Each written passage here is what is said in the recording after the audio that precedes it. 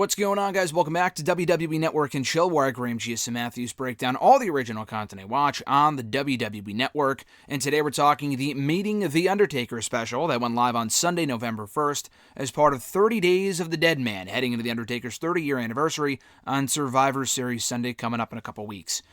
This was really cool. It was only about 23 minutes. It was a good idea for a mini special. It's fairly short.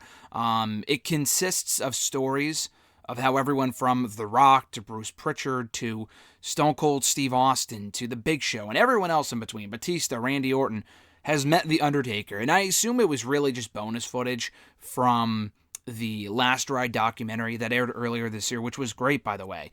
I assume this was just bonus footage from that, but they put it together for one special, and it came out really well. So again, for a 23-minute special, not a part of any show or anything, it's kind of a standalone special, I thought it was quite good. So the first people to kind of tell their stories about how they met The Undertaker, kind of took place all the way back in his WCW days, were Stone Cold Steve Austin and Mick Foley, actually. Mick Foley met him in January of 1990, back when he was Mean Mark Callis in WCW. Stone Cold was just breaking into the business at the time, and as soon as he saw Taker, then known as Mean Mark, he knew he was going to be someone, especially based off how he can move and how he could just kind of presented himself. Bruce Pritchard had a conversation with him soon after, because he immediately impressed everyone in the company. His contract was coming up in 1990, and he worked closely at the time, Taker did, with Paul Heyman. So Heyman got in touch with Bruce Pritchard, who he was also close with. Pritchard was the head official in WWE at the time, as he is today. And he told Pritchard, or Heyman told him, hey, Taker's contract might be up soon. Mean Mark's contract might be up soon. Would you guys be interested? And Pritchard taking a good look at this guy, taking a good look at what he can do in the ring, how he presents himself, how he kind of comes across, blah, blah, blah, knew immediately this guy could be a star. And knew immediately that this guy was someone that they could want. So he said, yes, we're definitely interested. So they met at Vince's house. That was actually the first time that Pritchard met him. I think was at Vince's house. Shane was also at Vince's house that day. Shane was, in his own words, home from college, I believe, at the time, from like his sophomore year of college. And that's when he met Taker for the first time, like in his own living room, just sitting awkwardly on the couch. They kind of hit it off from day one, just kind of conversating about whatever. So Pritchard, the first time he met Taker, they talked about what the gimmick would be, what he'd be wearing, the whole get up for The Undertaker. And that was right before they joined up on TV at Survivor Series in 1990. And they kind of, went off from there as one of the most successful gimmicks of all time. Not Brother Love, but rather The Undertaker, of course. Mick Foley said he only knew him as a person. Obviously he knows Taker the character, but he was very close with Taker even before WWE. And he feels like it's a completely different person to the point where he actually stayed at Taker's parents' house in Texas one time. But when he saw him on TV, that was a completely different person, he said. So Scott Hall met him for the first time in the late 80s, he said, in Japan. He said New Japan Pro Wrestling. I'm not sure if that's accurate or not, but he definitely met him in Japan. And this was back when Scott Hall had a Village People mustache, again, in his own words, and Taker had no tattoos at the time. That's how far back this was. And, he was already a big star when Hall got to WWE in 1992, got the chance to work with each other a little bit. And he always got invited to Taker's parties after the shows. Taker had a lot of parties in his hotel rooms, but Taker was the type of person to kind of just sit back, enjoy the atmosphere in his bathtub filled with beer, and just drink a Jack Daniels. He never really wanted to be the center of attention the same way that like a Ric Flair would, you know what I mean? With Triple H, when Triple H came in 95, 96, Taker was one of those guys. He came in 95, worked with Taker for the first time in 96. Taker had an aura about him right off the bat when Triple H came in.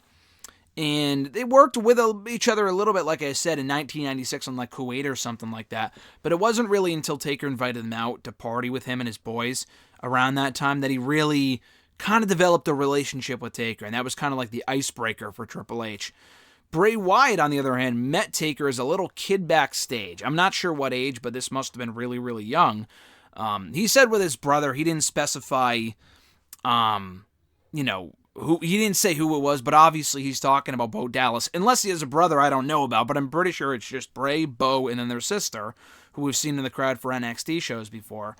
So yeah, they were backstage at a show, really young, because obviously their father is IRS, and that's why they were backstage. And he immediately recalled Taker being a larger-than-life character at the time. Bo Dallas got scared, so he kicked Taker in the shin and ran away, which is so funny.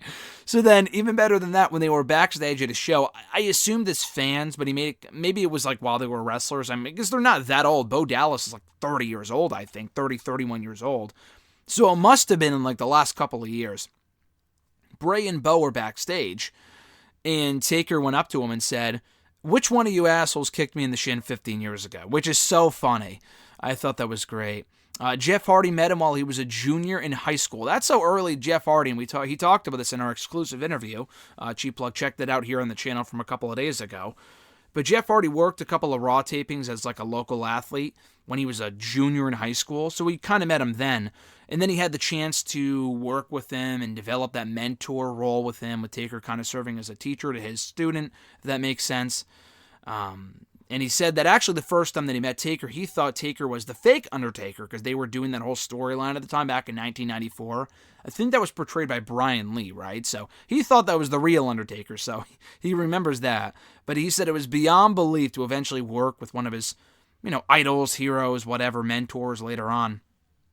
With Edge developed that relationship with Taker during his Ministry of Darkness days, and it really stood out to him that him and Christian were kind of handpicked to be a part of that group by, I think, Taker himself. So fast forward 10 years later, and then Edge is facing The Undertaker, one of his mentors in the business, at WrestleMania 24, for the World Heavyweight Championship in the main event. It was always crazy to Edge that Taker came out first for that match. Taker almost never comes out first for any match that he has at WrestleMania, but he did that year, allowing Edge to come out last as the World Heavyweight Champion.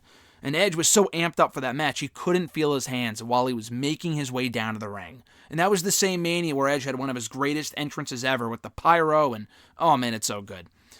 Big Show credits all of his success, a lot of his success, to Undertaker. He would not be the same wrestler, now, had it not been for Undertaker.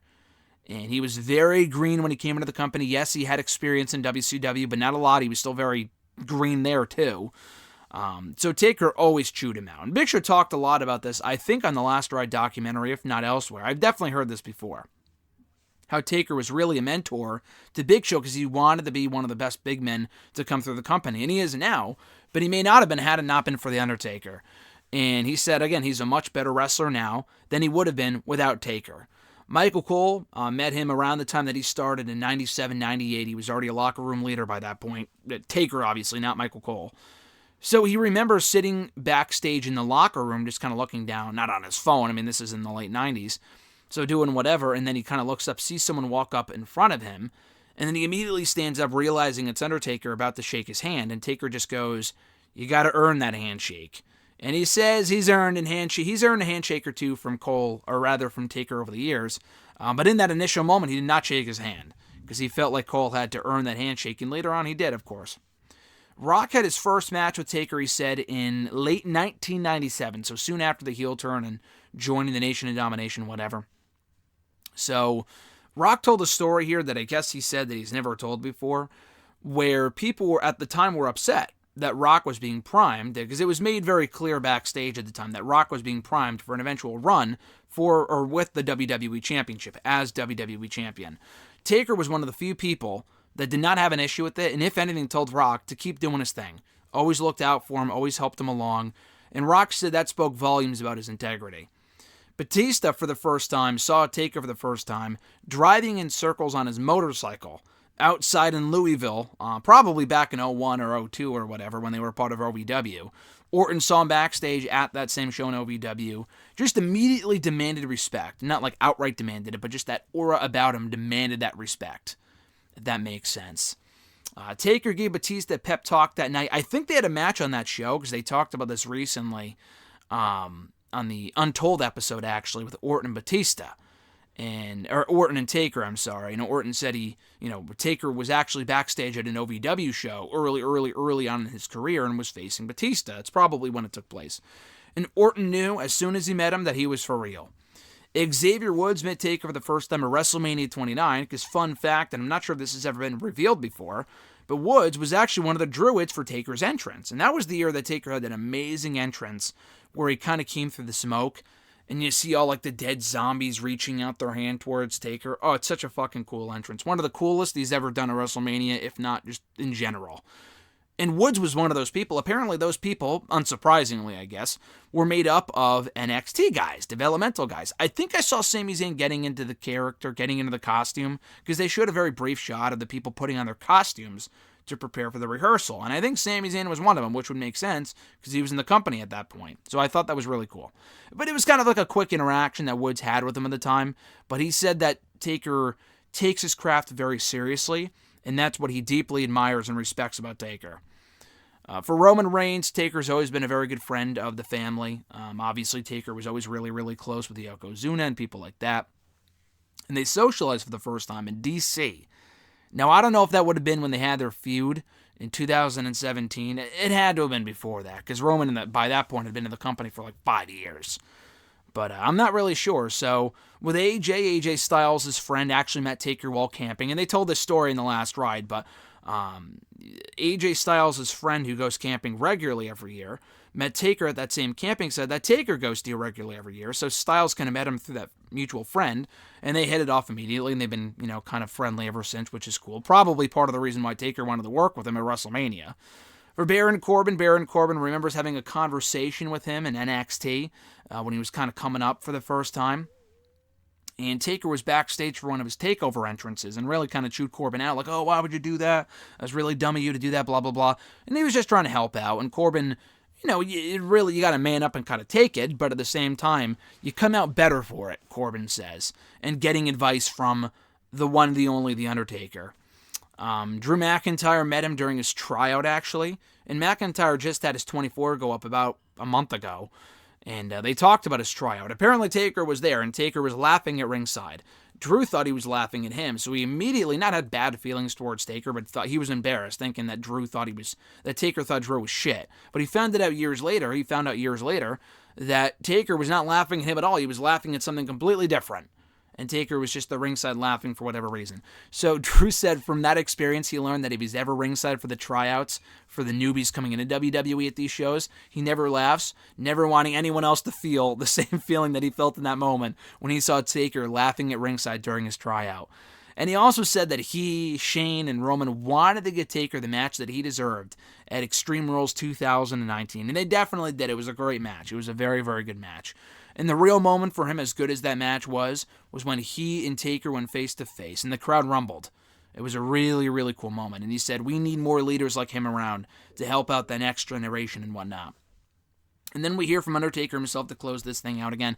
Comments either taken directly from The Last Ride or filmed around the same time they filmed The Last Ride earlier this year.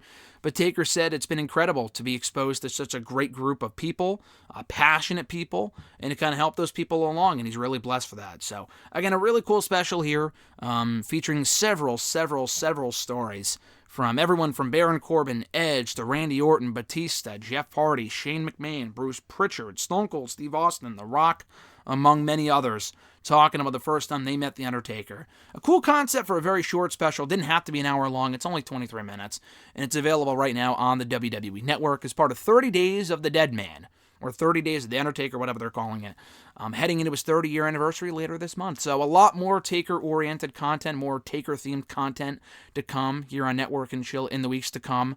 I just reviewed The Untold a couple of days ago, and that was really, really good, so check that out when you get a chance. But that's about it, folks. So check out the description box down below for the playlist consisting of more original special reviews on the WWE Network. Reviews that I've done, of course. Be sure to like the video, drop a comment, share the video, and subscribe to the channel for more daily content. Hit that bell button as well to be notified every time a new video goes up. Have a great one, guys. Enjoy the rest of your weekend. I'm Graham GSM Matthews, and I'll catch your ass down the road.